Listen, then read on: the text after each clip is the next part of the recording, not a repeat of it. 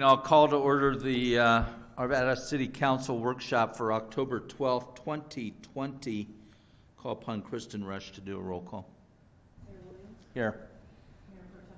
Here. Here. Here. Here. Here. Mr. Marriott. Yeah, I move that we excuse Councilmember Jones for tonight. All votes are cast. That passes 6-0. Mr. Jones is excused from tonight's meeting. Okay, Mr. Devon. Mr. Mayor, members of the council, we are going to finish up our budget workshops tonight with community economic development, infrastructure, and the vibrant community and neighborhood work systems. So we'll have Ryan Stachelski lead us off with community and economic development. Good evening. Good evening, Mayor and City Council. Thanks so much for allowing me to present tonight. We didn't have any choice. Sorry, I'm in rare form. No, you're fine. Or Good. typical form, I guess. Fair enough. Good. I'm going to be presenting the budget information for the Community and Economic Development Work System. Next slide. So the the Community and Economic Development Work System has 4 main program areas. We oversee the building, economic development, development review, and long-range planning. And that it forms a work system because all of those kind of have a symbiotic relationship with one another, so that we see from the very planning stage and looking at the vision of what is Arvada until the final product of the building, and then all the steps in between. Next slide, please. This is an overview of our revenue. There are 3 main buckets where our revenue comes from, and 2 of them are kind of the major buckets. The first one there is the building fees that come in. That's building use tax and the building permit review. The second one, where it says charges for services, are the development. Those are the planning and review fees that we get. And then the miscellaneous is much smaller, and that's if we sell a code book or people come in and look for large plan sets and copier charges, those types of things. But the main areas of revenue are from building and from development review fees. The one thing I'll point out is that we are often a little bit higher, and in good years we're a lot higher than these, because we tend to be very conservative about these numbers, because we don't want to be off. Being off really impacts our 10-year model and impacts the whole city budget, and so we like to be conservative, and then that way we benefit from one-time funds afterwards, as opposed to missing our target. So we try to just put in the revenue projections of what we know we can count on. Next slide, please.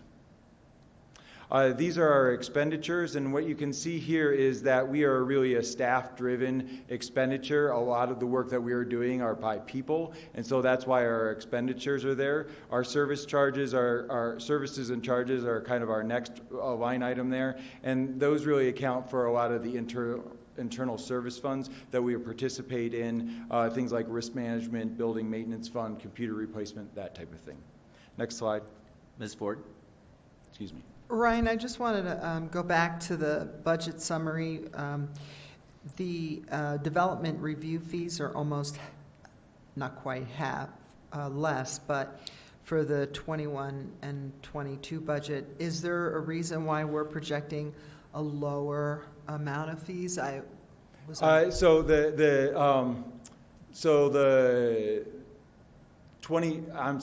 So where we are today, actuals, the 633,000. So we're well above budget of where we were targeting. Our 2019 budget is similar to the 2020 and 2022. And then what we're trying to do is just be a little bit conservative of our projects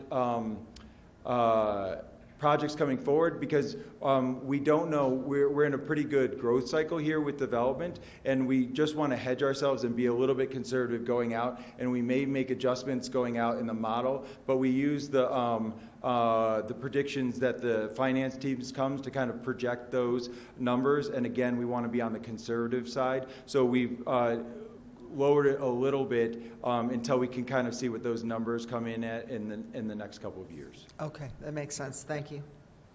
Can you go 2 slides? Thank you.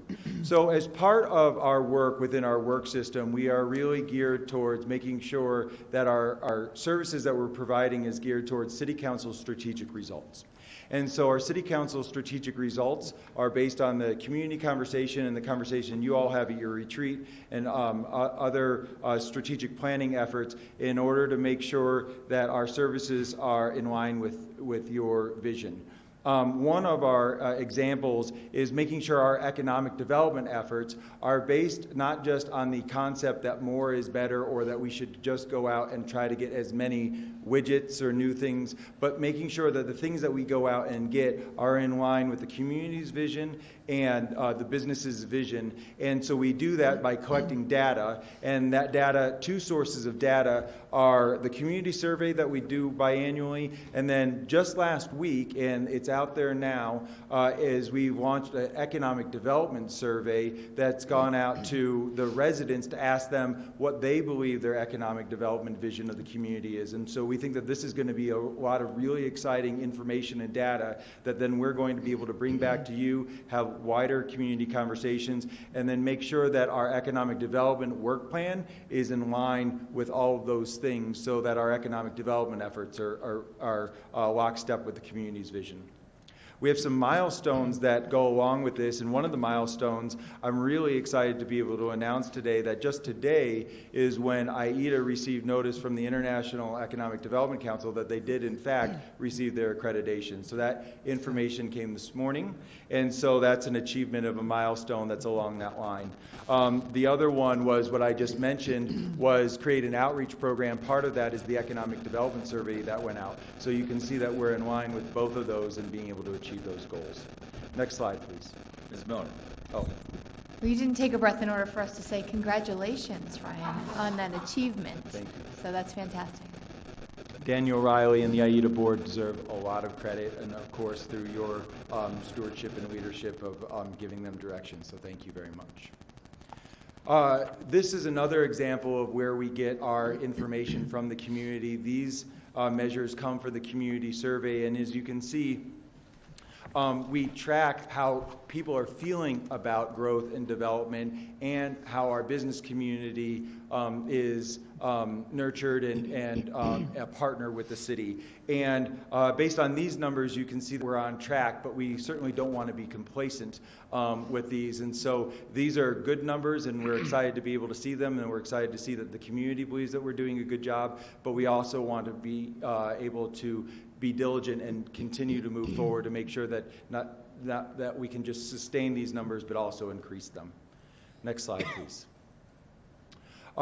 In our budget for this year, we are asking for no additional dollars for any programs outside of our normal operating budget. And in fact, and I'll get to this in a minute, but as you're aware, as a whole, the city is looking at a 3% reduction of all of its operating funds, and so we are in the same boat as everybody else, and so we are taking that 3% reduction, but we're not trying to reduce something else in order to offset an ask that we're asking for. We're not asking for anything additional at this point in time.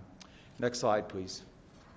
So this is where it shows that we are taking that 3% reduction, and a majority of those are looking for different ways incrementally in our 4 different program areas, the economic development, building, all of those, in order to reduce professional services, printing and supplies and training. I think the one item of note that you will see that is going to go away for a little while, but we certainly want to bring it back, is the business appreciation event. Now, this is in no way a reflection on us not appreciating our businesses. Of course we do, and we appreciate them now more than ever. But we also, as good stewards of taxpayer money, need to recognize that how we use that money and in certain points of time, and there's just more direct ways that we need to be using those operating dollars as opposed to kind of showing appreciation in an event type setting. It just doesn't feel right now. Ms. Miller. Sorry, it's me again. So I just have a quick question on reducing professional services. That makes me nervous when I see that. Could you expand on that a little bit? So some of them are related to things like we have professional services for on-call building inspection. So if for some reason we were not able to get to all of our building inspections in one day, we would call for an on-call service in order to kind of meet that standard.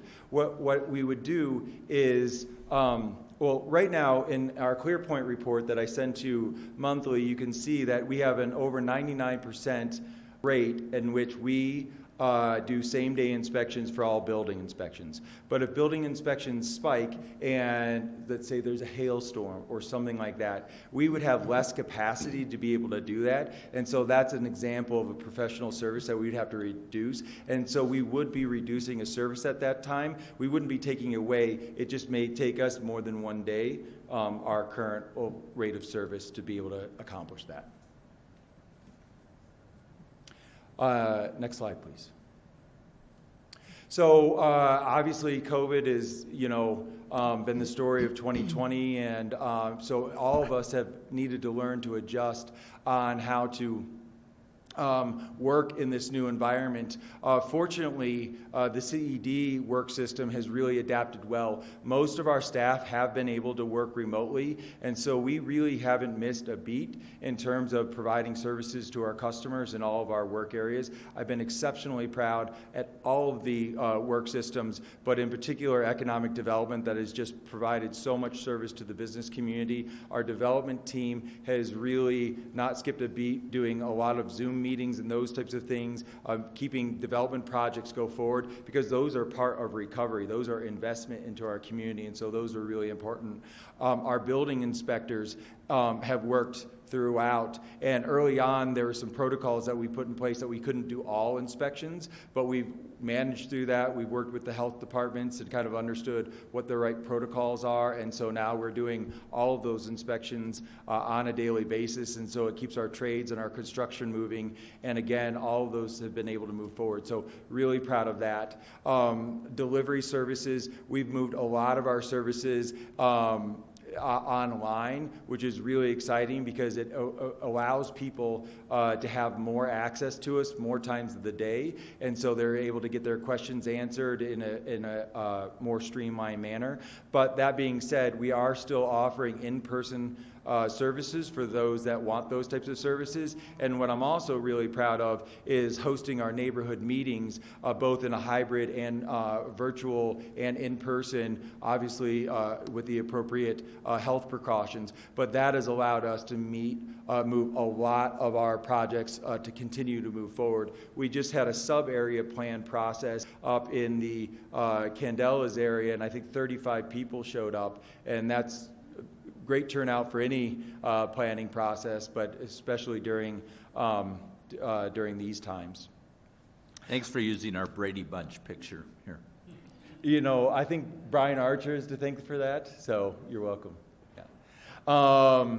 The hybrid council meetings have been a huge success, and I think not just a huge success for us as a city to be able to continue to perform the types of services from a public engagement standpoint that we expect, but also it gave so many more options so that some of the more controversial projects that we had people that wanted to come in person and participate, but we also had people that wanted to participate by Zoom, and having that broad way of participating, I think just increased participation and engagement, and that serves us all better.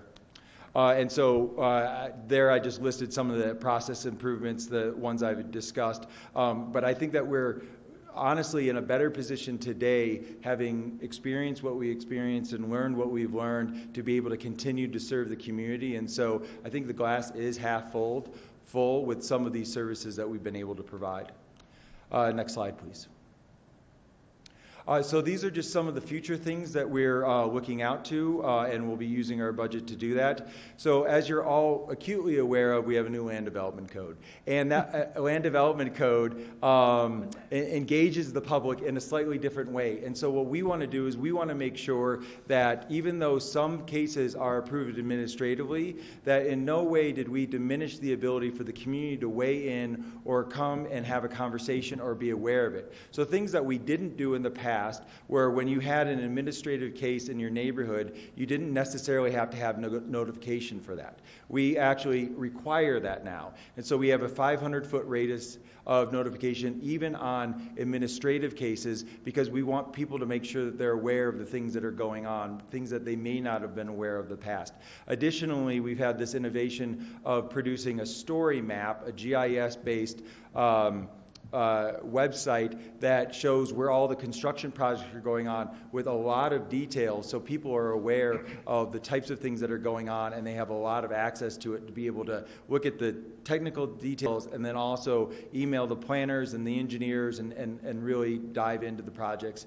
And we just feel like there's just a lot more awareness of the things that are going on using those types of things.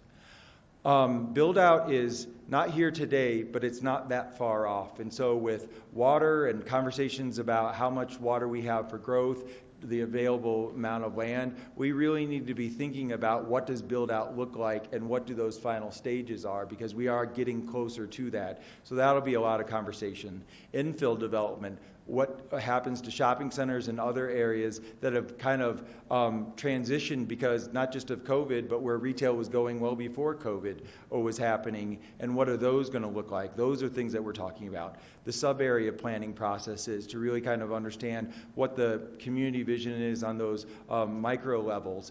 And then that will all lead into hopefully an update to the city's overall comprehensive plan that will be starting that process in 2023. And we put that on there because it's not a budget request in this budget cycle, but it will be getting into the 23-24 season. So with that, next slide. If anybody has any questions, I can take them now, or I'll be here at the end. No other questions yet, so thank you. Thank you. Oh, let me introduce Sharon Israel, Director of Utilities, who will speak next on the on the infrastructure work system. Sorry. Thank you, Ryan. I thought I was going to just be sitting back there. Well, I'm also, like Ryan, excited to be here tonight, and a nod to you, Mayor Williams. I know I have to be here, but I also really enjoy talking about this topic. So I'm going to introduce the infrastructure work system, and along with Don Wick, the Public Works Director, we'll be talking through the overall infrastructure budget. One of the things I want to start with is to say this is truly a collaborative budget across both of our departments. So I'm responsible for the Department of Utilities. Don is responsible for the Department of Public Works, and in many cities those are separate entities. While we're separate departments, we cross paths all the time, and we are constantly working together, and I think that this budget really reflects that in the hard work of our managers and then also Brian's financial team. Especially want to give a shout out to Chris Kelly and Sheena Freeve, who are on that team, who are also kind of crossing those traditional boundaries of departments and really helping us out. Next slide, please. So on this slide, you'll see a list of all the different areas that we serve across the city. Between our departments, we comprise about 1/3 of the city's staff, and we have our hands in everything related to infrastructure, from planning, long and short-term planning, all of the design, construction, all of the operation and maintenance, everything that you see below, above ground and below ground. That's what our overall work system is responsible for. And then what you might not see is all the kind of work here we do at City Hall. And so those are our folks that are responsible for utility billing. They're responsible for managing our asset management system, which is a huge database where we log all of our assets and keep track of their condition, and we can run reports out of that. They also help run our mapping and GIS system. Next slide, please. So I'm going to walk through the next 2 slides again. They are a combination of public works and utilities. And then I'm going to give Don a chance to talk a bit, and we'll be going back and forth, sharing the rest of the presentation. So overall, you can see on this slide, we have some interesting trends in what's going on with our revenues over the next couple of years. The one I want to highlight is that first licenses, permits, and fees. So you'll see that if you compare 2020 to 2021, there's a significant drop. The primary reason for that is we are really working to project what our tap fees will be based on good data that Ryan's team has been feeding us.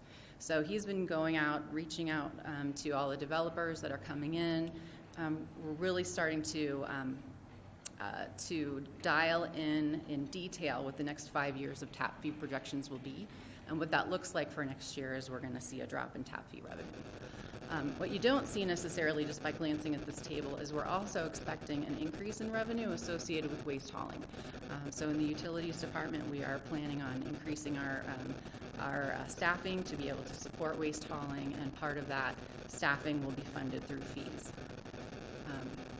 The other thing I want to mention is that there's also a reflection of an increase in water and wastewater rates that is in this revenue projection. I will be returning next Monday night to be speaking to you about the rates. As I'm walking in Jim Sullivan's shoes, you will find, I think, that some of it will look very familiar to you next week when we present rates. But I'll be going into a lot more detail on what that 4% water rate increase and 3% wastewater increase looks like next week. Next slide, please. At least we don't have the issues your former city is having on those kind of rates. I'm following those issues closely. I bet you are. Yes, thank you. Yeah. Some, I think, lessons learned as we go forward here in Arvada. And I should have asked, any questions on the revenue slide? Okay, thank you. So on the expenditure side, I wanted to point out we are proposing several new positions that will help our business, both in public works and utilities. Don and I will each be telling you a little bit about that, but that's part of the reason you see that personnel budget increase from 2020 to 2021. Just like the rest of the city, we're not proposing any kind of other type of salary increase. And then I also want to mention that our revenues are in the $78 to $80 million range. Our expenditures are quite a bit higher than that, in the $120 million range. And the primary reason for that is we are starting to draw down fund balances, mostly for gross reservoir. That constitutes a lot of that expenditure projected. But we also do have some other wastewater projects projected that are going to be doing the same. So, any questions about that? Okay. All right, I think next slide, and I'm going to introduce Don Wick. Thank you, Sharon. So, good evening, members of council, mayor. As Sharon pointed out, we do have a very close collaborative working relationship together between Public Works and Utilities, but also with CED and with Vibrant Communities. The four of us work closely together because we work on a lot of capital projects together. There's a lot of cross-pollination between our departments, and so we need to coordinate well in order to make sure that we're not duplicating efforts when we're out there building. And I'll be telling you a little bit more about that as tonight goes on. So we wanted to present an example of a strategic result. So in this case, this is complete and implement a street maintenance master plan by 2020. While we're on course to complete that, as you probably recall from a few months ago, City Council approved a contract with a company called Stantec. And what's really critical about Stantec is that we used to evaluate our pavement using the Pavement Condition Index, or PCI, as a lot of you probably know that. And what we've learned over the last couple of years is that there's actually much better technology and strategies out there to evaluate your pavement than just simply looking at the condition index. Now, the condition index was typically done by evaluating the surface of the roadway, doing an evaluation of the cracks and the laterals that were on the road. Here's what's different with Stantec, and this gets to the maintenance and master plan. Stantec will do that as well. But in addition to that, they also evaluate the subgrade. They use technology, thermal, to be able to look below the surface. We are engaging with them to have them perform a rideability index. So that will talk to us about how smooth our roadways are. And Also, we're able to take an evaluation of the deflection in the pavement, which is really critical because it can indicate to us that there may be some subgrade related issues that just on the surface you're not aware of. And the final thing that we're doing is that we are taking a core sample out of the road of each arterial so that we can not only understand the surface, but we can get down into the subsurface and we can understand the subgrade much better than we can now.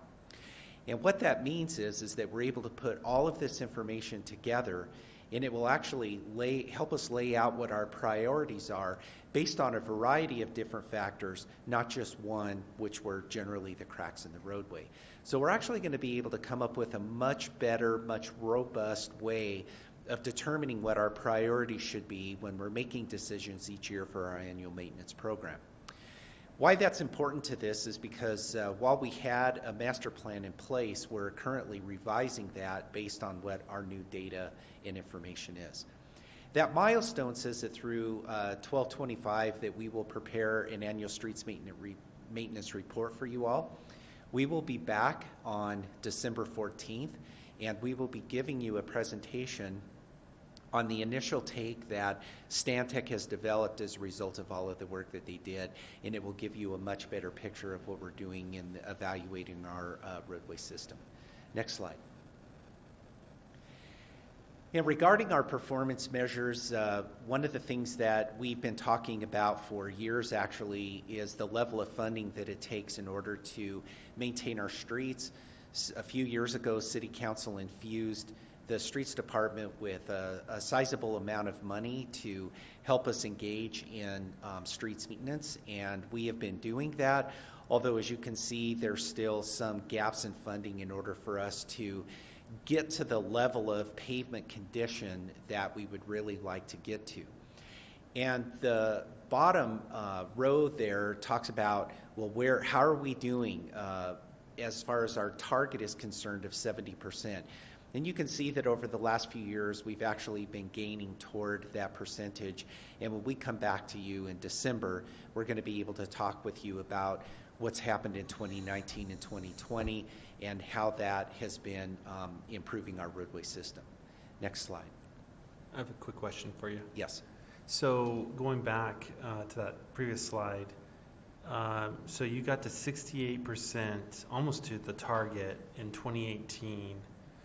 And then we had a level of funding of 11 million level of funding, then you added we needed 16, okay. So $11.6 million. Do you think that in 2019's data with the funding dropping 2 million, did you sustain the 68, or do you think it went up? Did it go down? So I think that we are improving. Now, one of the reasons why some of the funding lines go up and down is because a key thing that we need to do is we need to get ahead of our streets maintenance by performing the concrete work ahead of time. So there are years where we know that in order to be able to pave 2 years out that we need to do concrete ahead. So we make the adjustments in both of those programs to fund those accordingly. So for example, this year we had a lot of money that was allocated toward pavement because we knew that we were going to do that based on the concrete work that we did 2 years ago. Well, one of the things we did differently this year was that we had a number of roadways, especially over in the Alta Vista neighborhood, that were scheduled for complete rebuild. Well, instead of just doing that and accepting that that's what we needed to do, we actually milled off the top 3 or 4 inches. We did an evaluation of the subgrade, which is what's important, and we found that in over 90% of the roadway cases, they did not need a complete rebuild. We could do a mill and overlay, and that's what we did. That saved us a lot of money. It allowed us to do some pavement that we were not planning on, such as 80th Avenue between Wadsworth and Kipling. But then we were also able to take some of that savings and put it into concrete. So that's why those numbers can look different from year to year, because we want to get ahead of where we're paving. And is that standard practice now for you Yes. to do that behavior, so to stretch that dollar? Yes. And then also that you've had 3 years or more of really double the money, because it used to be $5 million in 2016 and further back.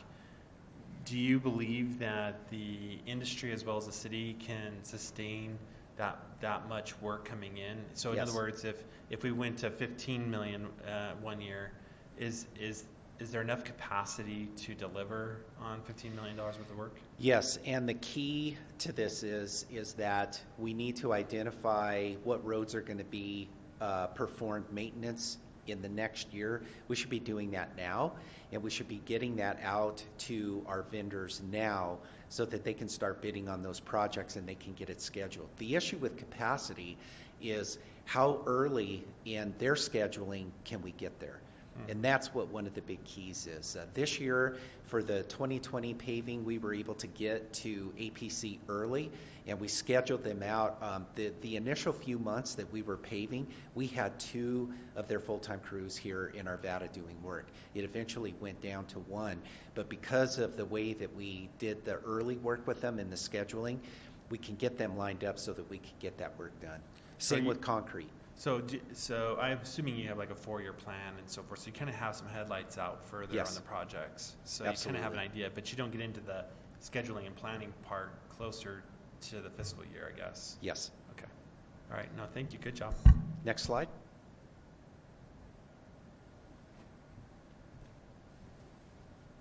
Thank you. I'm gonna talk next about our strategic result related to master plans.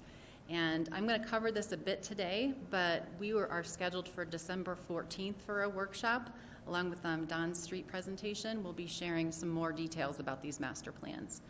So as a broad overview today, we have a goal that by the end of 2021, we will have conducted master plans for all 3 of our major areas of utilities: water, sewer, and stormwater. And we will be folding those results into an updated 10-year CIP. And we are on track to do that across the board. We did change these milestones a little. So our water master plan is actually complete now, and that is what we'll be discussing in more detail with you in December. Our stormwater master plan is calendared to be completed by the end of this year on schedule. And then our sewer, also known as our wastewater master plan, that one we bumped out to the end of 2021, and that has kicked off, and we have a consultant going. But we decided to move the master plan for water up and then push the sewer out. The reason that these are so important is that they are literally laying out the plan for us to have infrastructure to be able to support the growth as identified in the comprehensive plan. We're going to be continue to work really closely with Ryan and his team on the comprehensive plan update to make sure that we've got enough capacity overall to be able to support the growth that wants to come into the city.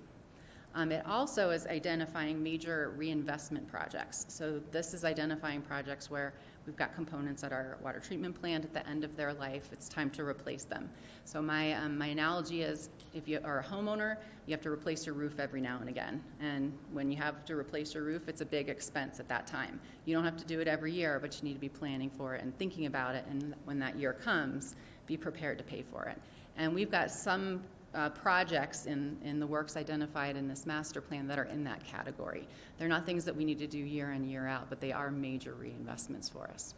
So again, more to come on all of that. And in the interest of highlighting another way we work together across the work system, the engineering team's actually in Public Works, but they give us tremendous support for our master plans and CIP projects. So next slide. So while our master plans overall really focus on big CIP projects, big reinvestment projects, planning for growth of the city, this is a good example of where this is our meat and potatoes kind of work in this performance measure. This is the work being done day in and day out by Steve Wyant, our wastewater and stormwater manager, and his team. So let me highlight a couple things about what I think is outstanding about this. First of all, we have a city that has a lot of older clay pipe just by the nature of the time of the development of a lot of the older parts of the city.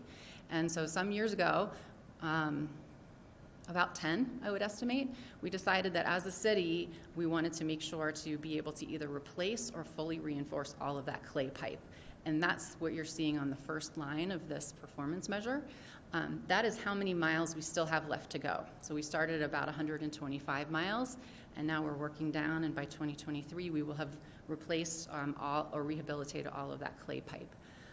You may recall that the term CIPP, that's this cast-in-place lining, that applies to this project. So where there's a clay pipe that maybe has like cracked or they don't last forever. They start to structurally degrade. They start to kind of have offset joints. What we do is we go in and we actually put a sleeve in, and then it creates a structurally sound lining for that pipe, which is as good as or better than the original pipe. So by the end of 2023, we're going to have a beautiful new set of sewer lines. That does a couple things for us. One is it prevents us from failures related to sewer overflows and things getting caught in some of those offset joints that create problems for us. But another thing that it does is it prevents any kind of groundwater from infiltrating into the pipes. And that saves us money, like real money, because we get charged at the end of our lines by Metro Wastewater for how much water is going in. They don't care if it's from our toilets flushing or if it's from the groundwater. They just count how many gallons come into their system. So if we can do this work and replace those lines so that they're fully sealed against groundwater infiltration, that saves us money in our Metro bills. So to be clear on that top line, this is Yes. how many miles are left to do? That's right. Not how many we did in 20, like we didn't do 29 miles in 2019. That's how many we have left. So That's your- right. Your That's right. lead-in line probably needs to be changed. I think we will do that in the final version Yeah, of this. Yes. good. Yeah, So thank it's you. clear that that's what's left. That's what's left. So we're converging toward the end. Right. Can Ms. I Marriott? ask you just a quick question? You mentioned the cast-in-place lining. What are we spending on that in total by the time we're done? Do you have just a rough idea? I don't have that, but I will provide it to you next week in our rate discussion. Right, okay, thank you. Yeah. I want to point out the other, the second line down, which doesn't look as good. That is our annual replacement, and that's the number of feet overall. And you can see that in 2018, we did over 75,000 feet. In 2019, we're down to closer to 49,000 in that red zone. And I want to talk about a couple of reasons why that's happened. One is that as we are going through and replacing a certain number of feet of sewer, in the last year or two, we've been doing larger lines. So when we do a larger line, those cost more, and we do fewer feet of them. So if we have an 8-inch line, it costs less to replace or rehabilitate than a 12-inch line. So that constitutes a portion of why we have fewer linear feet in 2019. But the other piece of it is something that we're going to be talking, I think, more as we get into the wastewater master plan. And that is we had capital project. It's actually currently going on the Ralston Road trunk line sewer. Kind of goes along the center of town. And we're doing a large rehab project on that, and that capital budget came up short. And so we reallocated some of the funding for replacing some of these lines to that capital project. And that's okay from one year to the next. But once you start sort of borrowing from operating budget to help address shortages in capital projects, then you start to get worried because you can't do that forever without seeing consequences like this. So I predict that this is a blip and that 2020 might be similar, but then we'll be back on track after that because we will have seen that capital project for the Ralston sewer through. But it's also a good lesson, I think, for us to look and as part of our master plans work, really think about what it's going to take for us to do the reinvestment we need to do. So we're not in a similar situation in the future. I think unless you've got more questions on those performance measures, I'll go to the next slide. Okay, thank you. All right, this is Don Will. So regarding our proposed additions in the budget in Public Works, I'm going to go through these items here. So first is the Esri license increase. So Esri is the software that we use to do all of our mapping in the city. And the way that the ESRI license is paid for is based on population. So for several years, ESRI had not changed their pricing to us based on our population, but since we've had a pretty sizable increase in population, they are adjusting our license cost accordingly, and that increase is that $24,000 there. I have a van that is in very poor condition that belongs to our facilities maintenance team that has needed replacement for quite some time, and we are making the request of replacing that vehicle. Also, part of our streets maintenance plan going forward is to take a little bit of a different approach. Instead of just simply being reactive to what's happening with our snowstorms, we want to engage in being proactive. So understanding the storms that are coming our way, using data in order to make those decisions.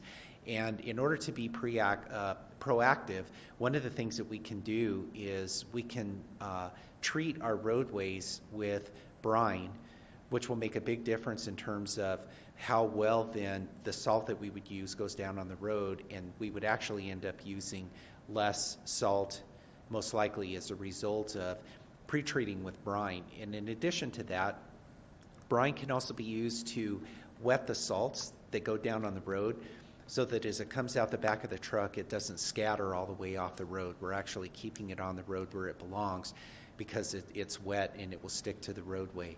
So in order to accomplish that, we made the request for a brine making machine to make our own brine. It's very inexpensive when we do it that way. Also, we added a traffic operations engineer in July of this year. That's Ronnie Roybal. I think you all have had the chance to at least meet Ronnie. He is now a part of our traffic engineering team and is helping us with our traffic-related systems engineering. Next slide. We added a municipal inspector for pavement. That was a redesign of a position that we had in engineering because there was a need for this position in the streets department as we were aggressively pursuing our streets maintenance and asphalt. We needed an inspector that was dedicated exclusively to pavement, and so that's what that position is there for. And then the addition of 2 traffic technicians for sign stripings and markings. So we have a lot of sign stripings and markings to maintain in the city.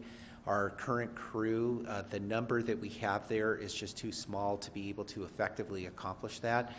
And because we do a lot of our own street painting in the city using our crews, and we have a lot of signs that require management and maintenance as well as the asset inventory, we are adding those 2 positions. And one of the other key things that we're going to be using these 2 positions for is much of our vertical infrastructure is subject to degradation because of salt and other environmental conditions.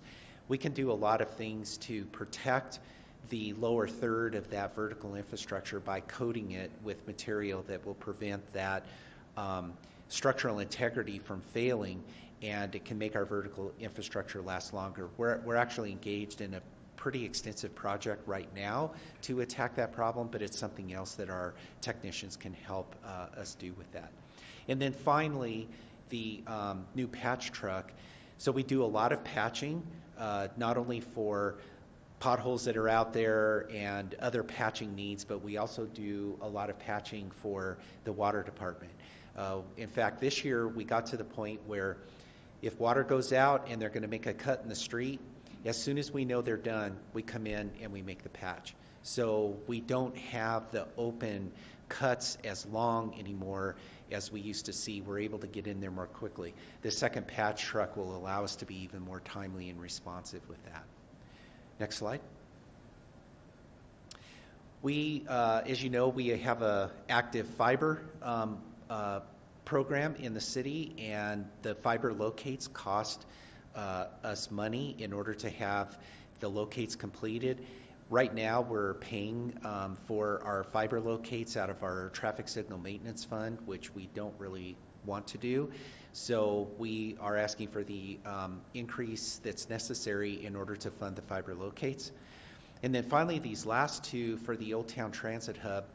As you know, we own that facility down there. It is subject to all of our outside conditions. It's about 24/7, 365 without much protection. And that building will now start requiring that we perform maintenance in order to keep it up. In order for us to really know what we need to do, we need to perform a condition assessment about every 3 to 5 years. What that condition assessment will provide, the information it will provide, is it will lay out a plan for what maintenance needs to be done based on what the condition of the transit hub is in.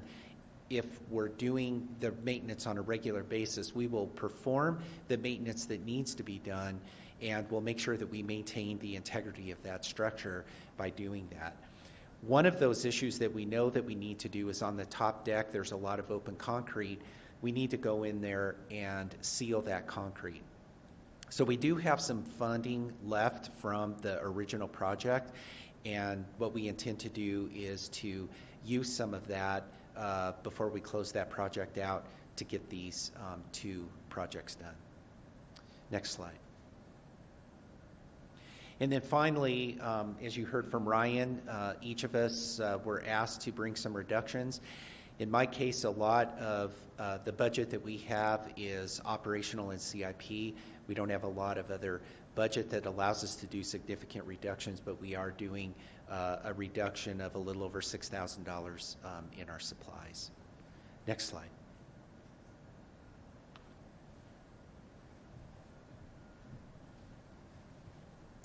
So the next couple slides are the proposed additions for utilities.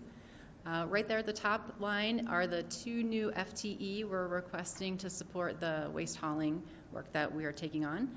Those positions will be funded through fees charged as part of the waste hauling service. We've got a $20,000 request for the increased utility locate fees. This is largely related just to the increase in overall utility locate requests that we have. We're on target for something around 26,000 individual locate requests this year alone. So huge increases over the last few years. And with that, we have a bill from 811 that we pay that helps support that service. So that's that additional cost we're incurring. The $50,000 on the next line is a request associated with new technology that will go into our replacement CCTV vans that council recently approved for our purchase after the first of the year. We have about $65,000 in just overall increased supply costs associated with our operations. We also have to replace a garage door for our wastewater facility. Our shop's over on Ralston Road at Sheridan. I heard an interesting story about this one, that those doors were carried over from the last wastewater facility. So that just goes to show you how good the stewardship is, I think, in that group, that they put used doors on the building, and it's finally time for them to get replaced. We have $100,000 allocated for increased vehicle replacement costs, and I wanted to speak to this one specifically because we have an overall framework for how we budget for vehicle replacements, and that framework seems to work very well for a typical vehicle purchase. So that's something like a passenger vehicle or a light-duty truck. Where we have identified issues with not having enough set aside in the vehicle fund are around special equipment, specialty trucks, the CCTV vans I mentioned. And so what's happening with those across the city is that individual departments are having to pay for the difference from their operating funds. And we're working with our new fleet manager, Ike Miller, and finance to figure out how to right-size those contributions to the vehicle replacement fund so we don't get these sort of balloon payments again. But this is what that $100,000 is for, is to help offset the cost of some specialty equipment that the current vehicle replacement fund can't pay for. And then the last on this line is a contribution to CIP projects that are associated with upgrading our North Trunk sewer line. Our North Trunk sewer line it serves all of the new development up in the Candelas and northwest part of the city. And there are known bottlenecks in that line that we have as part of our CIP project that we'll be replacing. And what we want to do is take some operating budget and help contribute that to those CIP projects. Next slide. This slide is all on the water fund. The first line is on increased vehicle replacement costs for the same reason that we did in the wastewater fund. We have a shortage in the vehicle replacement fund for specialty equipment. The next is a request for funds to help support compliance with lead and copper regulations. So the US EPA and State Health Department regularly update regulations. We're expecting an update to the lead and copper rule. This will help support some additional sampling, some additional temporary staff. And we also are preparing for an outage of the Ralston Reservoir scheduled for later next year. And as part of that outage, we have our raw water pump station that's under construction right now.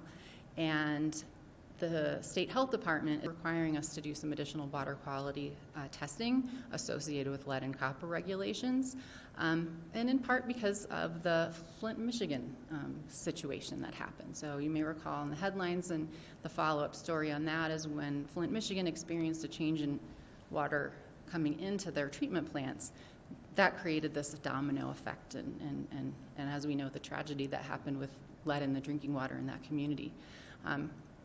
The overall increase in awareness and pressure on water systems for lead and copper regulation is just, it's part of that story. So we're at no risk of anything similar here, I assure you, but it does require us to comply with certain new source water sampling testing, and we're preparing for that. The next two go together. We have a SCADA system, that's our control system network, that controls water facilities across the city. So those are our pump stations, there are water storage tanks, that's all the components of the water treatment facilities. They are in dire need of some upgrades. So there's a number of our parts and pieces that we're struggling in finding replacement parts for. So the upgrade funding will allow us to get some of that technology modernized. And then we've asked for 1 FTE for a new technician to add to that group.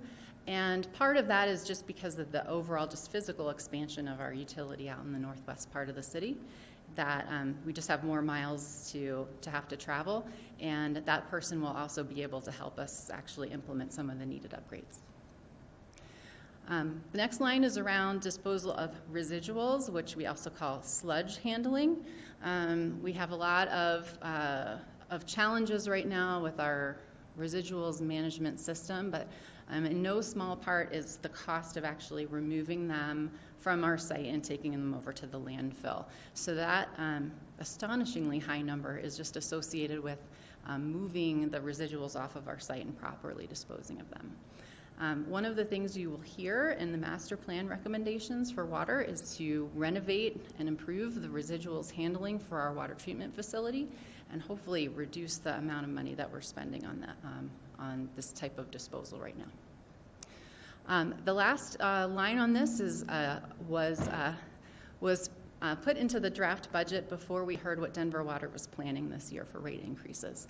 So we estimated this would be a 9% rate increase commensurate with what they did last year. We have heard that the Denver Water Board is proposing a 0% rate increase for raw water customers like Arvada. So I put before you this, as the budget as proposed, there is a $447,000 amount that we thought we were going to need to spend for Denver Water, that as long as the board moves forward with their approval later this month, we won't have to. But what I'm asking is for you to consider to allow us to use those funds for some unfunded capital projects that we already have identified, one of which is the replacement of the fluoride system. So you may recall the fluoride system has been out since last year. We've had a number of surprisingly high bids with that project. So a project that we thought would cost somewhere in the neighborhood of $200,000 is looking at more like 600 plus at the end of the day. So every one of us is surprised, our engineers and staff included, and myself. Mr. Marriott. So I have a question for you on that 447 and keeping that as part to use as capital projects versus Yes. not. Can you tell us in rough numbers what impact that would have on rates? Because obviously that's how we run this as an enterprise, that anything that it costs us, we pass on as a rate increase. So this would be either included in increased rates or not, depending on how we were to operate on that. Yes. So I'm doing some mental arithmetic right now. We're proposing a 4% rate increase for next year. I want to say it constitutes approximately 1%. So about a quarter of the rate increase would be Yes. there. Yeah, Okay. that's right. And so one option is to not raise the rates 4%. What I'd recommend, again, is we have a list of unfunded projects. And so the situation we're in with those is we either don't do them, or we are reallocating from the existing fund balance to try to cover them. And that puts us in a really tough spot in the long term. So my recommendation is, again, to put those funds toward unfunded projects that we can't not do, and that will help us reduce the amount that we need to reallocate from the existing fund balance. Okay.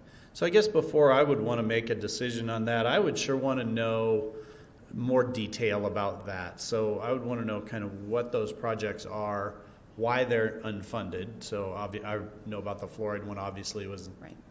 Unexpected for it to stop working, but more detail on that so we can actually make a good decision there. I'm afraid as is, I wouldn't have any framework from which to decide whether that's appropriate or not. So is that something you can get to us before we get to that part of it? I'm happy to do that. I can work with the city manager's office to get you some information this coming week ahead of next Monday's council meeting, if that works for you. I also want to point out I will be going into a lot more detail on the rates next week. So we'll be Yeah, we'll be it would be talking nice about, to but I'll get it have ahead. something ahead of time rather than trying to learn that all then. Yeah. I'm particularly interested in what are these projects, why are they unfunded, what status or what state are they in, that type of thing. If we knew that ahead of time, it'd be great. I'll be happy to do that. We'll put some information together for your review this week. Okay. I also wanted to mention again, on December 14th, we'll be really digging into the master plan findings. And there are some very large projects that were identified as part of that master plan work. And those projects are both growth related and then also reinvestment related. And to your question about sort of why are they unfunded, philosophically, the city has prioritized, and I think rightfully so, a great emphasis on water supply development. So Arvada is in an enviable position when it comes to water supply. We are in great shape. And I would say very few other cities in the Front Range can have the same confidence that we do, that we have enough water currently with the gross reservoir expansion to be able to support our comprehensive plan. And so that decision also came with a trade-off, and that was to decide that some of the reinvestment, especially associated with the water treatment facilities, would be pushed out until after the gross reservoir expansion was done. And again, I think that was a good decision. It landed us in a great spot as far as water supply. What it's also done is created a bit of a backlog on the water treatment side that will be part of what we'll be discussing in the master plan workshop on how to move forward and sort of and do that necessary reinvestment and then also a capacity expansion. Yeah, it sounds like the master plan is kind of a long-term process, in the coming years. But this particular thing is next Monday. So Yes. I think the master plan process is probably where this really belongs. But to consider this fairly, I think I just need a lot more information before we consider it fairly. So I'm gonna look at Brian because I know he and his staff, we've been collaborating on what that unfunded list is in terms of the top priorities to reallocate some of the fund balance, and maybe that's something we can provide this week, Brian. Okay. Thank right. you. Brian's nodding his head. That'll have some more specifics in it on exactly which projects are the most highest priority underfunded. All right, okay, Okay. thank you. Mr. Pfeiffer? Thank you. So Brian, can you refresh my memory on the gross reservoir escrow? Is that all funded? So, let me answer that two ways. Originally, we had to put down an escrow to lock us in. That is fully funded. The rest of the money for gross reservoir, for what we know today, sits in the fund balance. And we have prepared a proposed allocation over the next few years, which we assume how Denver Water will spend it, but it may not play out exactly like that. But it does, inside the 10-year model, include budgeting for the entire project. Okay, so we didn't have the full, I think it was 80 million or something like that.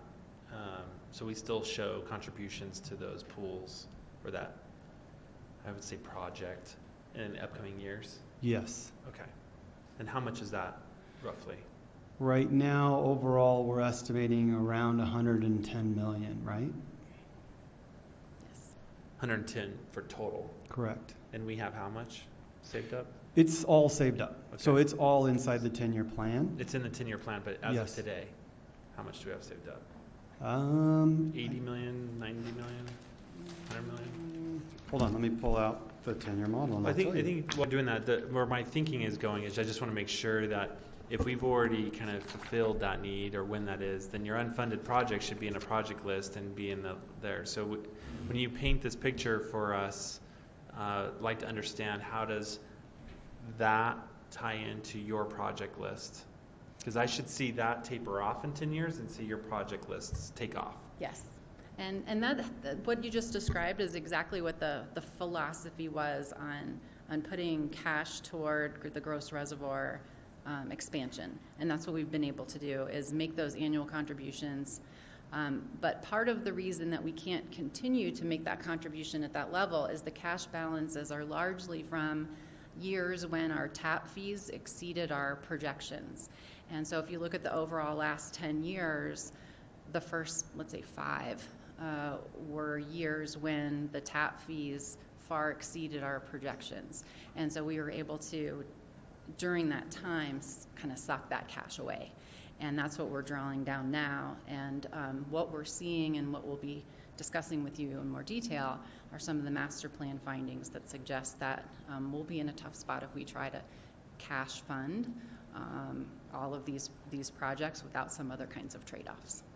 And so I agree with Mr. Marriott that, I'm not sure about that so quick till we have a more in-depth, thoughtful conversation around asset management. Yeah. I mean, that's where we're going right now. Okay. That's a huge expense right there. I mean, unless you can teach us in a week, like Mr. Marriott said, I'd like to understand We're that some more. quick studies.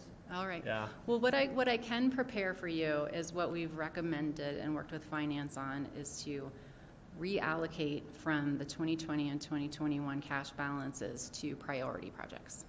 And so I can provide that to you this week. It's a table, and happy to answer questions about that. My concern, to be honest, is if we are not able to realize this additional revenue and help us offset the unfunded project costs, what we're doing is we're taking that from the fund right now, and we're going to have to pay it back later anyway. And so to put us on a sustainable track, this 4% rate increase is really very much in line with what our typical rate increases are. And it's certainly not the highest we've ever gone. It's not the lowest either. But every year, if we sort of decide to sort of dial back rate increases, then it makes it much harder to catch up in the long run. And I do have another question around it. So, Can I jump in? I've got your Oh, answer, sure. sir. Yeah. So at the end of 2019, we had $106 million in the water fund for the fund balance. Required 25% reserve is $7 million, so we had a little over $99 million towards that total. So realizing that's not all saved up for gross, but if you were to put it all towards gross, it would be enough to pay for it today. okay. So you actually led me right into my next question. So thank you, Brian. So the 25% reserve funds, I feel like we shy away all the time. Isn't that something we should be using when you have something like this that's, we're legally obligated to be doing? Instead of waiting for a one-time ask?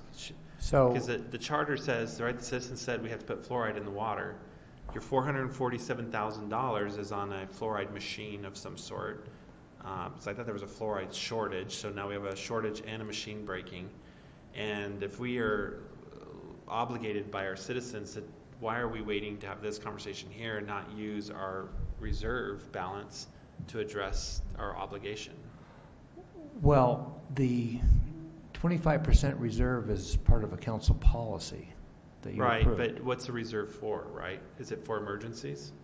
No, that's the council mandated policy that you approved, that we should have a 25% reserve set aside that we shouldn't touch, that should remain as our fund balance. And maybe I need to ask council this, when would we ever touch it then?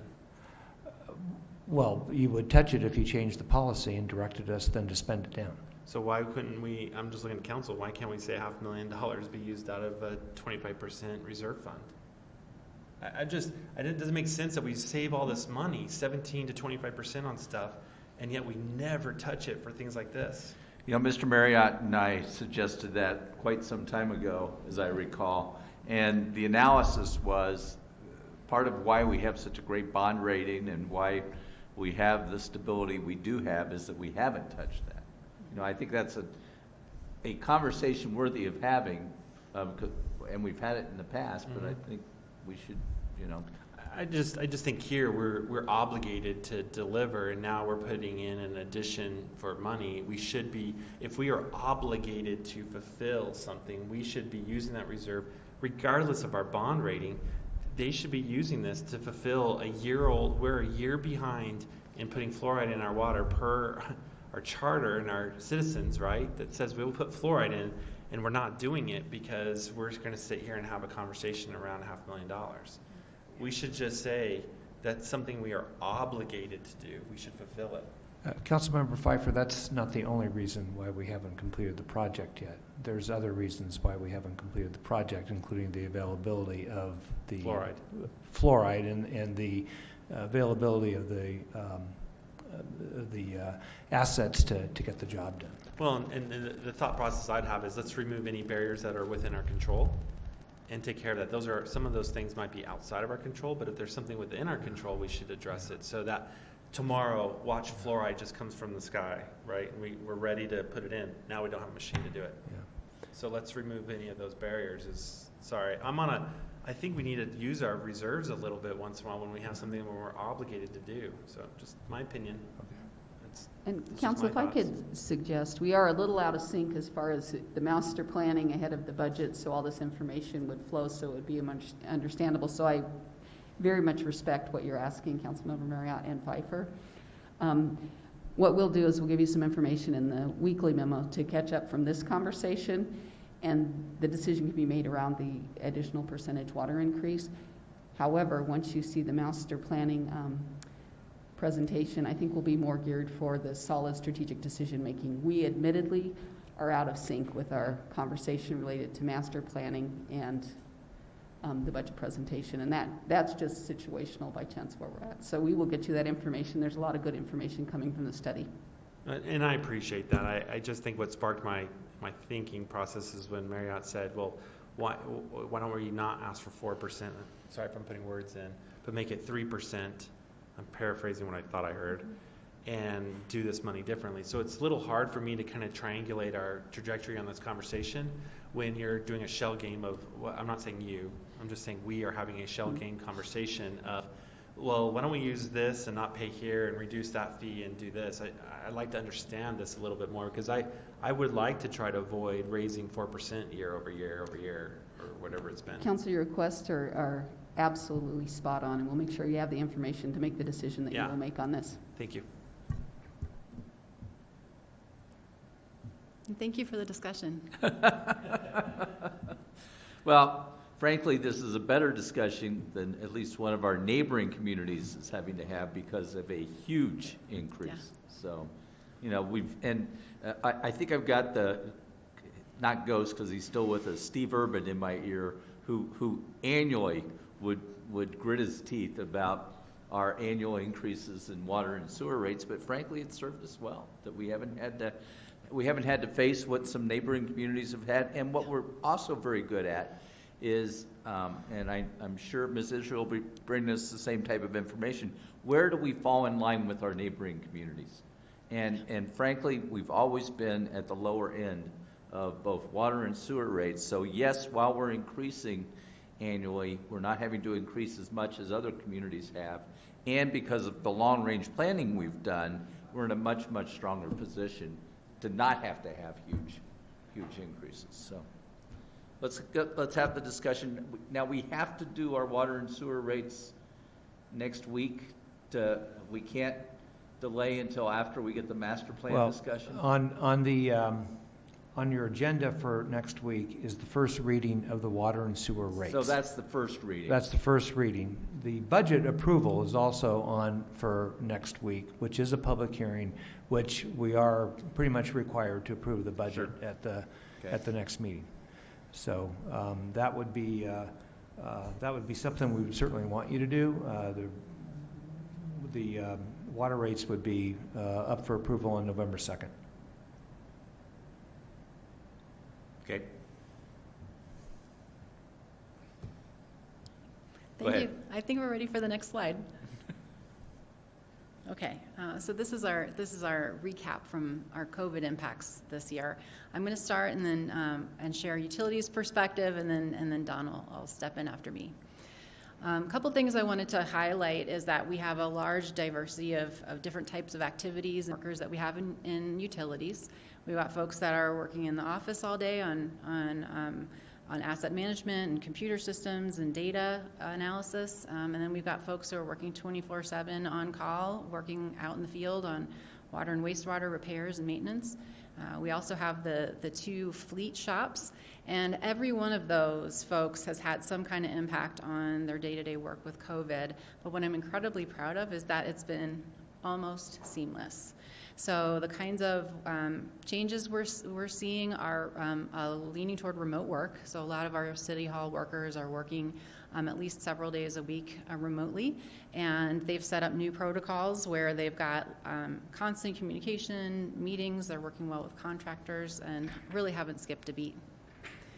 From our field and plant operations staff early in the pandemic, when we really didn't have all of the protocols we've come to become accustomed to, we had them switch to a skeleton crew. And I think that this was a really good move for us early in the pandemic, where we had certain teams who were working in the field or in the shops, and then we had other teams sort of on hold at home and directed to isolate. So if we had one team that was impacted by the pandemic, then we were able to bring in a whole new sort of fresh team. As we've evolved in our common understanding on how protocols work, now we have protocols including masks, social distancing, hand sanitizers, and housekeeping protocols, and so that is now become part of our routine. And we've got all of our folks working full-time. The other thing I wanted to mention in the context of this is the work that we've been doing with our customers. So as we all know, the economy overall has been heavily hit through the pandemic, and we've done things like we've done no water shutoffs for non-payment. We have issued no late fees for non-payment. We are working with everybody who will contact us and ask to arrange a payment plan. So for a payment plan for up to 12 months, we can do that free of interest and do that in-house and make arrangements. We just need folks to contact us and reach out, and we'll help them out. And then in a few cases, we were even able to offer hard benefits. We have gotten questions from the public about why we didn't use some of our CARES Act funding, some of the federal dollars to help provide some relief around utility bills. So I wanted to speak to that because that was a question we got recently. That under the restrictions under the CARES Act, there are some specific requirements about not backfilling revenue with those funds, and so that's the primary reason why we chose to not, as a city, use those funds for offsetting utility fees and rates. But that said, we're ready and able to work with anybody else who might need it through a hardship.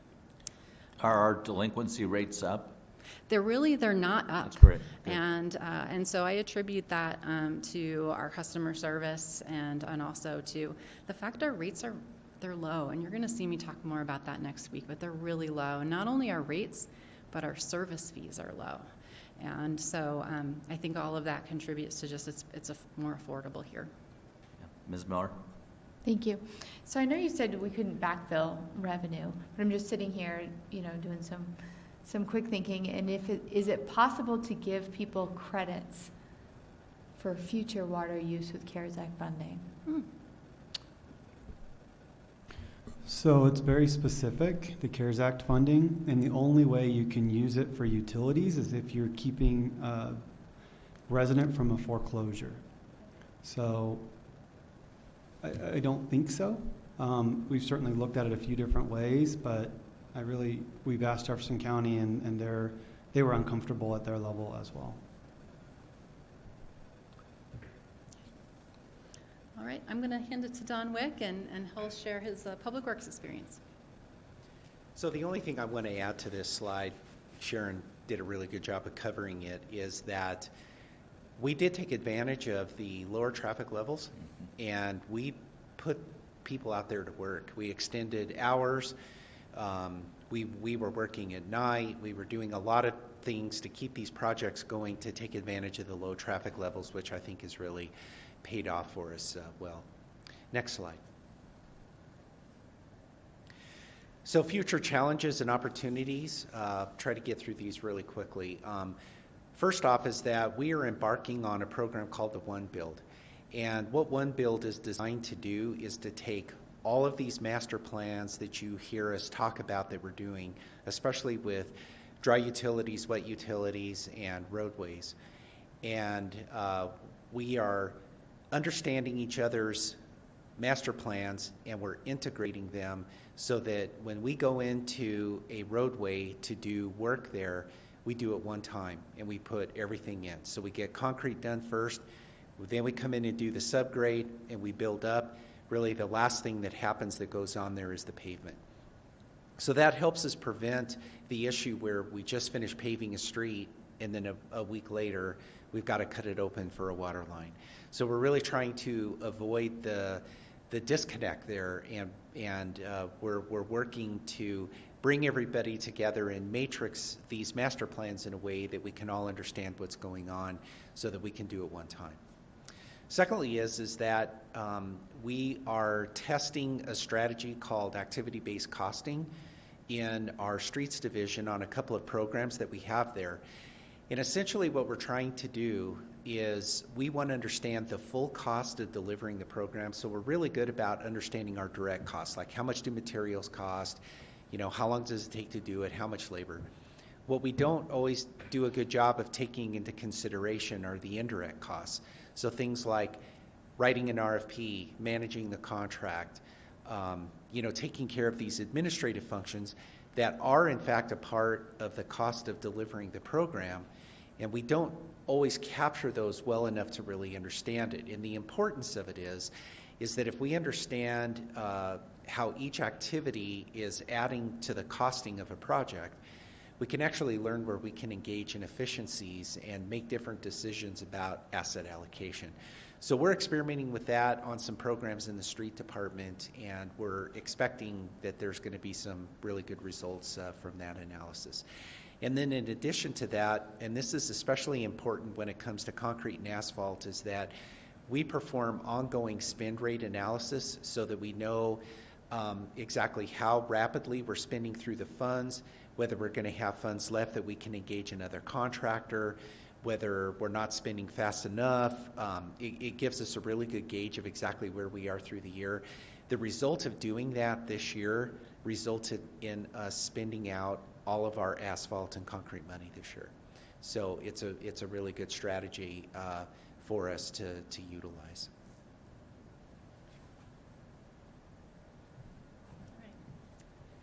I've mentioned this to you once or twice earlier in the presentation, that we are really trying to right-size contributions to our Fleet Services Fund, especially for those specialty vehicles. So that's something that's ongoing work.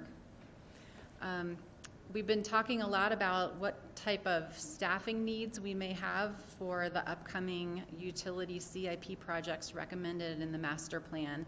And again, we've talked about it a number of times tonight. We will be bringing a lot more detail to you what these master plan findings are. But what our desire is to make sure is that if we're going to proceed with the plans, that we have the right staffing too. The plans are, specifically the water master plan is complete now. The wastewater master plan is scheduled to be complete next year. So our immediate priorities are looking at what type of reinvestment do we need at the 2 water treatment plants. So we've got the Ralston plant and the Arvada plant. What do we need to do across the utility to prepare for the additional demand coming from development? So that's both in terms of increasing capacity at our water treatment plants, and it's also about storage tanks and upsizing the rest of the distribution system. Of course, gross reservoirs on the list. The last update we got from Denver Water is that the 2022 construction commencement date is in their federal permit that they just got from the Energy Commission. And so we're expecting that they will hold true to that as a construction start date. We are also looking at what we need to do for the regional storage reservoir, and that's our plan B, but it's also a way for us to shore up the sustainability of our water supply, and that would be a storage reservoir along Highway 93. So that concludes our presentation. Ms. Ford's got a question or few for you, and Mr. Marriott then. Thank you. I had a question for Don Wick. In regards to, I know that we've been trying to do a lot of effort towards making sure that when utilities like Xcel come in, or that they're coming in at the right timing, that they're not coming in after, we've just done something to our streets. How are we doing in that department? We're getting better with it. We hold regular coordination meetings with Xcel and Comcast and CenturyLink so that we can coordinate these. In fact, part of our One Bill program is to invite those partners in and have those discussions so that we understand each other's projects. So we are getting better about it. Like I said, we coordinate regularly with especially Xcel to make sure that we've got that coordination. If for some reason we're unable to coordinate, are we comfortable to require them to come in and replace from curb to curb? So the way that our standards are written is that it requires approval if a street is only a few years old. It requires actually my approval for them to be able to go in and open the street. And in that circumstance, it's an emergency condition. So we've had a few of those this year, not very many. We've had a few that we've approved, and what our requirement is that instead of doing curb to curb, we require that they put in a high quality patch, which is tacking, coming in with a patch, and then doing a seam seal on the top so that it essentially gets about as good as you can get without a complete mill and overlay. The struggle with doing like a curb to curb is that of what portion of that do you make them do? And so we feel that by making these companies do the best patch that we can ask them to put in is probably a better service to the roadway than trying to figure out what to do with the mill and an overlay. Okay, thank you. Mr. Marriott? Thank you. I actually have two questions, one really specific and one a little more general. And so, Mr. Wick, I'll ask you the specific one. So Nancy just made me think of something. I know we have the value of this One Build program where we try to, if we're going to open up the street, let's do it all, and then let's not open the street up again. And the question I would have is, have you ever looked at developing some kind of policy where potentially homeowners can participate in that? And here's why, or here's what I'm thinking. I own a rental house right now that in the coming weeks I'm going to have to replace the sewer service line on it. And the city replaced the main that it feeds into some years ago, including plastic stubs, but the plastic stubs coming off the main still land in the middle of the street. So I'm faced with, in replacing this service line, and needing to dig into the street, just Right. like any utility would. And it would seem like if we are really going to do this one dig policy, that we would at least have some way for, in addition to the utilities participating in it, homeowners to participate in it. And in my particular case, Grandview Street east of Carr is in terrible shape from all kinds of things, and I'm not feeling too guilty about digging into Grandview Street there, because in the coming years it will need to be redone at some point. It's not a new fresh street. But I would feel terrible if it was a fresh new street and my emergency were to be the cause of this. And it seems like there may be some kind of program, whether it's like our 50/50 program or something, where not only utilities but homeowners could be encouraged to participate before we go and redo a street, to keep those things really to a minimum. Yeah, it is a great idea. So as we're developing out this One Bill program, we've had some discussions about what's not as specifically as what you're pointing out, but rather how could we potentially identify where we know that there's problems and then work with people to fix that while we're in there. So I think what I'd like to be able to do is take that specific idea back to the group. We're meeting every other week right now as we're developing out this framework, and certainly introduce the idea of being able to find some way of that kind of participation. I think the key is going to be how to identify which of those services actually would need replacement. Right. There'll probably be some line inspection and things like that, which could be done as part of Yeah, that. well, I know in my case, when the main was replaced, if these plastic stubs had just gone farther, then Yeah. any digging that any homeowners would need to do along Grandview Street would be in their yards, which Right. is not detrimental to the public infrastructure. But in this particular case, you know, the sewer line's not in the center of the street, it's offset to one side, and on one side, you know, the part the city put in, and it's a shame to dig up a street, ever. It is. And of course, it's costly to a homeowner too, but, Yeah. you know, a lot of our older parts of town, lots and lots of those houses have their infrastructure kind of at the end of their life, and it just seems like if there's anything we could do, that would be good. Let me ask my other question, and this is, I'm not sure whether this is directed at you, Mr. Devon, or either of you two as managers, or maybe all three, but I wonder if any of you want to comment on this or not, or just take it as a suggestion, but whether we have any contingency plan in place to take advantage if there is a reduction in construction costs. I know with this, this whole COVID thing, we have fortunately done well so far on tax collections, and so we're relatively unaffected compared to some other cities. But I know some other cities are affected very dramatically on the amount of taxes they're collecting, and they're going to have a variety of approaches that they will take, everything from asking their citizens to more money and to deferring capital projects. And I'm certain that there will be region-wide some deferring of capital projects, which ought to leave capacity in the market.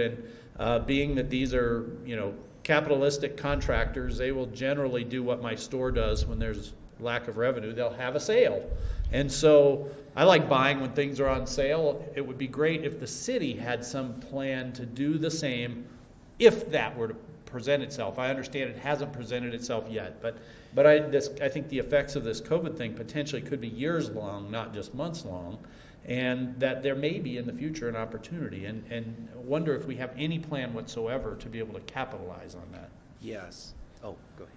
No, why don't you go? Yes, we do. Absolutely. We want to be able to take advantage of construction costs that would go lower for other projects that we have lined up. In fact, Brian and I have had some conversations too about how we could do that. And then I would also say that if the opportunity presents itself, we would look at renegotiating contracts for better pricing. So there's a number of things that we're prepared to do should that situation happen. That's the right answer. No, we've actually talked about that, and we believe that at some point we will see some opportunities to expand capital projects, and that's part of the reason why we do 10-year planning, is that we can move money around within that 10-year plan and spend down a fund balance in some respects earlier in order to move projects up and then recover later. Yeah, good. Well, I'm glad to hear it. Thank you for all you guys thinking about it and keeping that in mind. I'd mentioned my whole career has been all about trying to make money on the buy side and the sell side, and you got to pay attention to both. And good to hear that you're doing it. My encouragement to you all would be to, however much of that you're looking at or planning on doing, plan on more.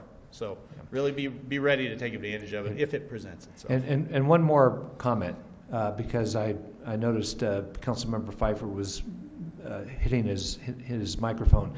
We will come back and adjust the budget appropriately. Thank you. Well, what I was going to say was, let's dip into the reserves and spend as much as we can, then we'll pay it back later. We so could, we get it done. we can certainly do that as well, But or look at some adjustment in our 10-year financial Well, plan. that's when Yeah. I turned my Right. microphone off. Was like I heard Brian Archer tell me, "Well, we just adjust the 10-year plan." Okay, thank you for the presentation. Gordon, I'm sorry to tell you, but utilities and public works used your time, so we're done. Well, I was going to introduce Gordon Roosty. Yeah, go ahead and introduce him. Do we need a stand in place or everybody good? Okay, all right. Gordon Roosink, the Director of Vibrant Communities and Neighborhoods. Well, thank you, Mayor, members of council. I wanted to start by just reading the description of what a vibrant community is from the City Council Strategic Plan. It's a community that's engaged in civic life, the arts, the outdoors. It comprises individuals and groups who are dedicated to their community, get involved with neighborhood associations, and participate with local government to ensure responsiveness to changing needs, and resulting in Arvada being a preferred place to live, work, play, and stay. So in the next slide, we organized that around 5 lines of business that cover everything from parks to housing, a sustainable and vibrant community where the neighborhood engagement programs are, to Arvada Golf, and capture that in a way that is shown in the next slide. Produces about $23 million of revenue in the coming for 2021. A couple of highlights there. The majority of the intergovernmental line that you see there is about $4.5 million in federal dollars for the housing voucher program, and a little more than $5 million that the city receives from Jefferson County Open Space. So that intergovernmental line runs the gamut of funding from local partners all the way to the federal government. Charges for services really represents the fees that are generated at the golf courses on both the restaurant side and on the golf side, and the majority of those are comprised in that line item. Miscellaneous is everything from the interest income that the Parks Fund generates to the majority of that $1.3 million number being about $880,000 that we anticipate to receive from Apex Park and Recreation District as a reimbursement for the services the Parks Fund provides in those programs. And has been mentioned in a number of Friday memos. It's an item that for discussion for both 2020 and ongoing as we renegotiate our intergovernmental agreement with Apex for 2021. And then lastly, the revenue transfer is really the transfer that the general fund makes to the Parks Fund as a contribution into maintaining our park system. Next slide. A couple of highlights on the expense side. First, as you'll notice in the 2021 budget, the personnel line item is less in 2021 than it is in 2020. And that results in something to be introduced at this point relating to the winding down of Arvada events. So the majority of what you see there is directly related to the closing out, winding down of business operations and how that impacts the personnel line items. Services and charges in this context are really twofold. The biggest one being, that's where the housing vouchers are paid from, that expense category, and that's what you see there. A couple of items of note, the inventory is the beverage, food, and merchandise line items that we then purchase and resale at the golf courses. And then lastly, just as a highlight, the cap transfers out.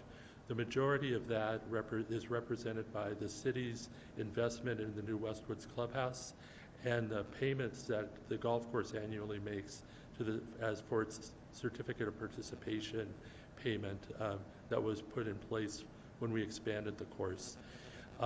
So you'll see that there's a small net increase in expenses for 2021 over the revised 2020 budget, but direct your attention to the employee number, and you'll see that as we brought over employees for neighborhood engagement, the number went up by 1.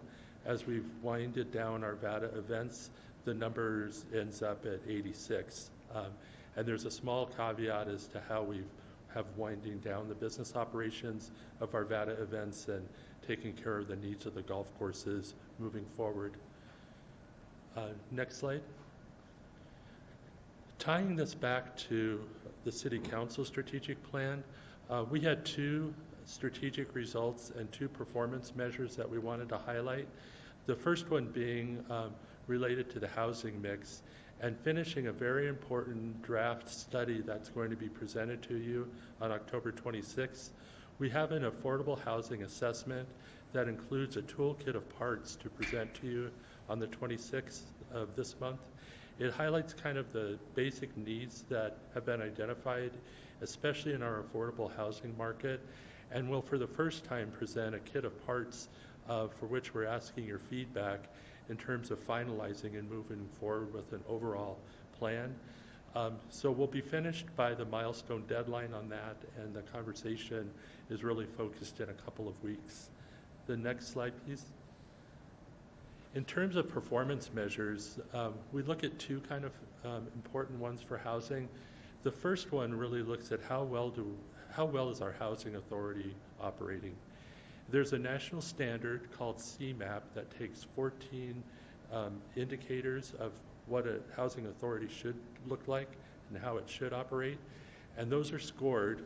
In our case, we've been able to achieve 100% score on those 14 variables indicators, which is a tribute to the City Council and how it operates the housing authority and the systems that have been put in place to make sure that while our dollar amounts are fixed and how we can receive housing vouchers, we have to manage the side that includes what happens when rents are increased and how many vouchers of our total can be issued, so we never put the city at risk by issuing too many vouchers and committing too many funds for that.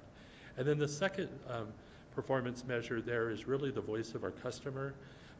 We use the majority of our community development block grants for the Essential Home Repairs Program, and we do a series of inspections and then hearing the voice of the customer back to us what went well and what future improvements we might make to make that program even stronger. In the next case, next slide please, we focused on a Parks City Council strategic result, and that's one that really focuses and is a bridge with our housing staff and our park and design staff to create a strategic land pursuit and acquisition plan.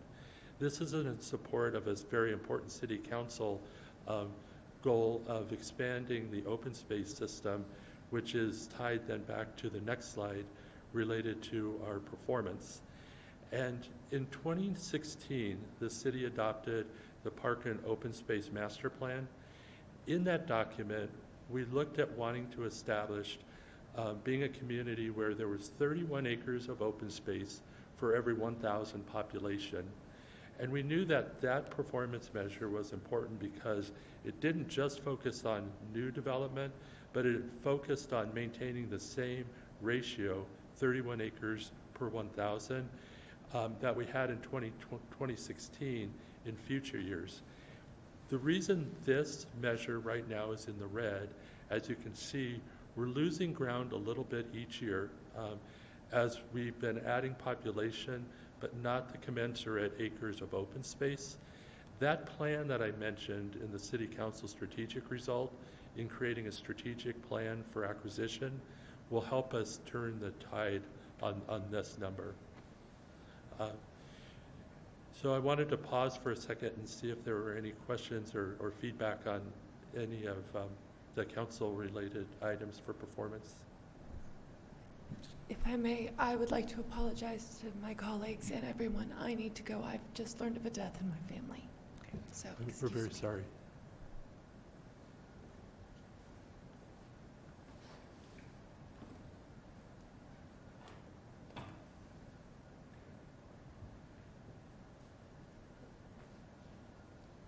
You take care, Lauren.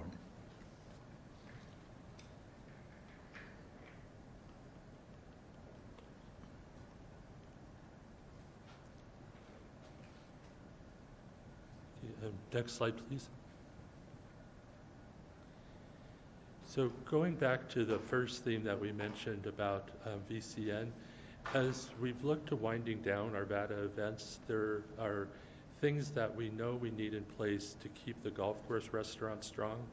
And so as we've looked at the staffing and centralized approach that we once used, we really drilled down into saying, what does more of a golf-centric look need in terms of staffing?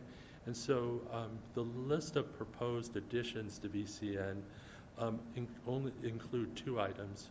One is we really need a manager of our food and beverage operations. We have about 43 employees that work at the 2 restaurants.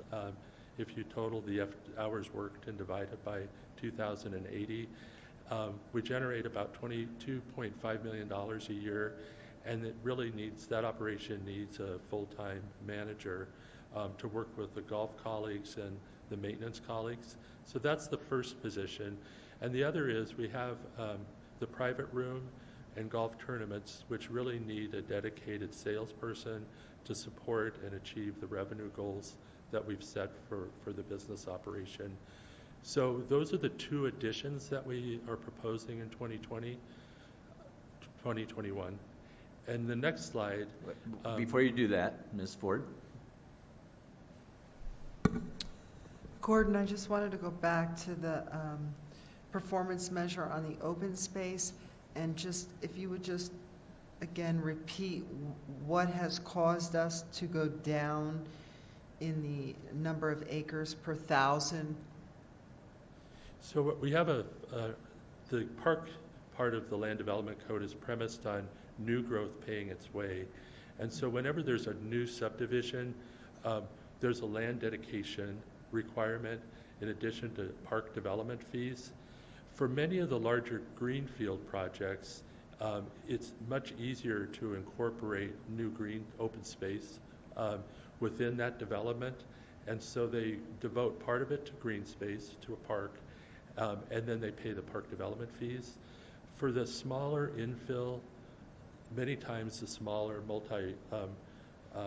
the properties that we're seeing develop around the train stations and all, it's much more difficult to give up very valuable land, and it, in some cases, run contrary to our city goal of creating more density in those areas. So it ends up where we're adding density, but instead of adding green space, they're giving us money. And then it's our obligation then to go out into the market and find how to meet the park and open space needs there. So what this is really attributable to is new growth paying its own way where it can, where there's parkland developed, but us accumulating money when park development fees are collected instead of land is dedicated. Are we including the small pocket parks in that We are, yeah. measurement? Yeah, what we've not been able to accomplish in the last couple of years is that one significant investment in an open space property. So not related necessarily to development, but just being able to acquire a property. The plan that I mentioned will help us do that. The other plan that we're using right now to help with that is the Clear Creek Master Plan that's in place that talks about basically the area from Sheridan west through about Harlan. And there's some amazing opportunities along Clear Creek to acquire additional open space in the southeast part of the city. Because at some point, it's going to become imbalanced, right? We're going to continue to have development. I mean, at some point, we're going to have build-out. But at some point, we're going to get to a place where we're not going to have enough land, right, to really keep up with that 31%. It very well could happen, yeah. And this was an aspirational goal that the Parks Master Plan set as a way of kind of reminding us that if we want that balance that Arvada had in 2016 of development and park and open space, this gives us a number to work towards. So at some point, if that should occur, then would development fees be allowed to go towards the maintenance of our park system? It would be a very different change of philosophy, and a lot of discussion about something like that. It's always been intended kind of like a water tap fee, that fee goes to the development of the infrastructure itself. So it would require a lot of conversation, I believe. Okay, thank you. So then focusing back on what are the proposed reductions in VCN, they entirely relate to the winding down of operations of Arvada events at the Arvada Center. They all relate to positions, and they're listed there, but they basically are the positions that are not needed to keep the golf-centric model moving forward, that are not budgeted for after June 30th of next year. Next slide, please. And then these complete that list of reductions. Next slide, please. And in terms of challenges and achievements, my colleagues have done a great job in describing kind of the overall universality of dealing with COVID. I just wanted to focus on two things on this slide. One was the fourth bullet about the distribution of CARES Act resources. So starting the year, we didn't know about the pandemic, we didn't know about the CARES Act, but VCN was asked to put together kind of 3 initiatives that would show the vibrant community ethic, work ethic, and ethic of what we're trying to achieve.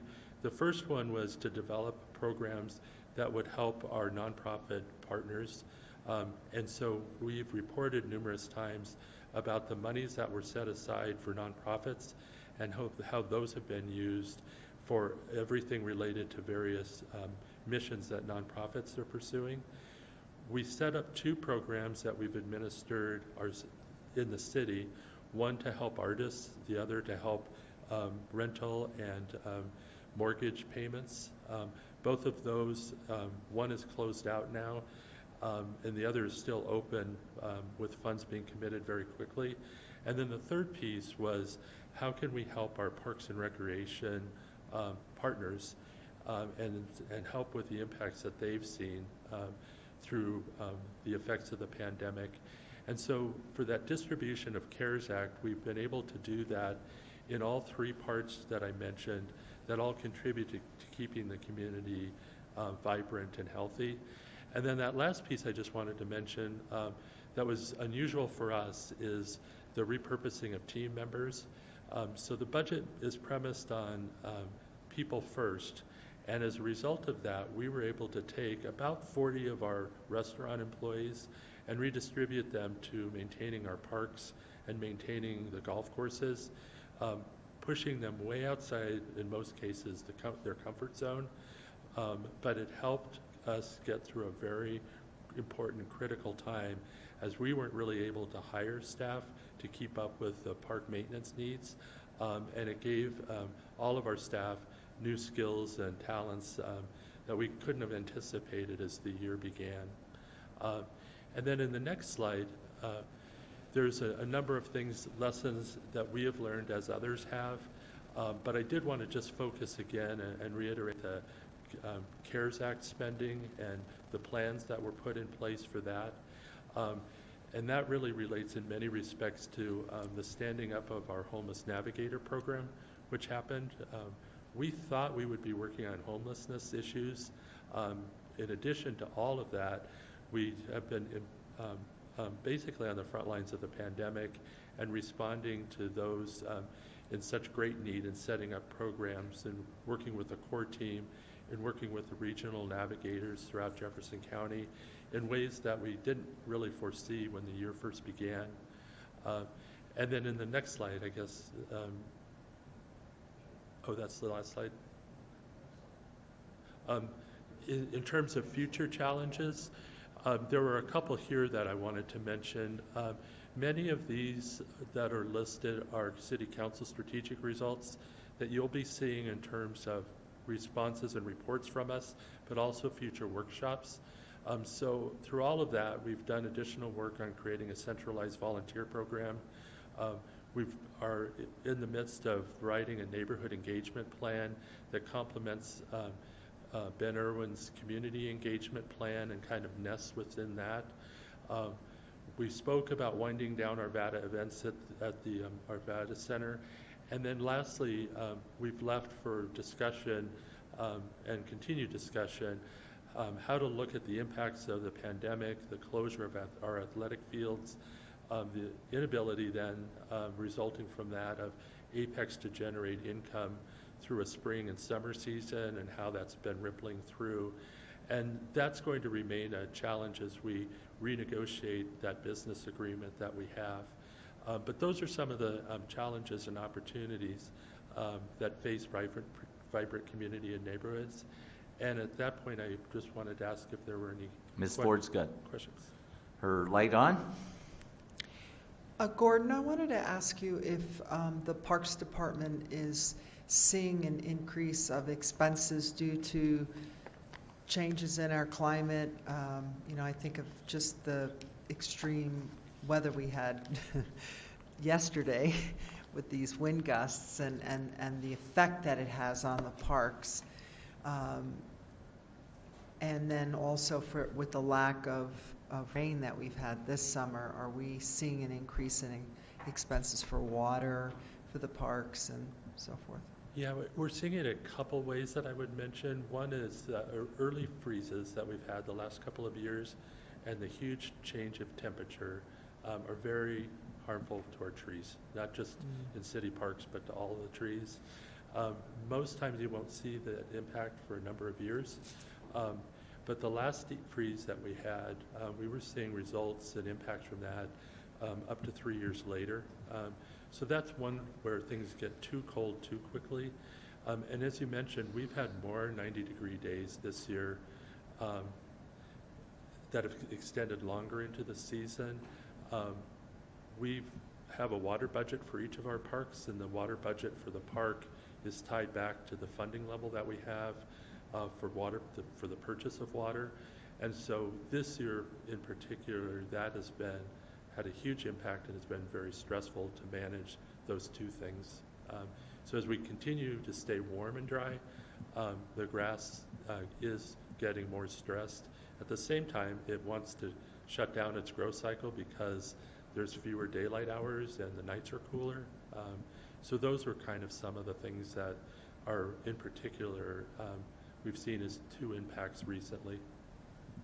And then are you able to quantify that in terms of projection for the future, those changes and their impact? Yes, and in fact, it led us to creating an updated drought master plan. 100% of the state is currently in a drought, and we last declared a drought in 2011. And at that time, we had a 20% savings goal, which we achieved. This year, though, as we update the plan, and that effort is being led by Anessa Janes, our Deputy VCN Director, we're modeling even up to what the impacts would be of an 80% reduction. And so we're working with our key partners, Sharon, Israel, and Utilities, Ryan in Community and Economic Development, But we're also doing a presentation tomorrow night to the Park Advisory Committee, and then based on interest and potential input into all of that, we're working with the Arvada Sustainability Action Committee too. Okay, thank you. Okay, I don't see any other questions from council.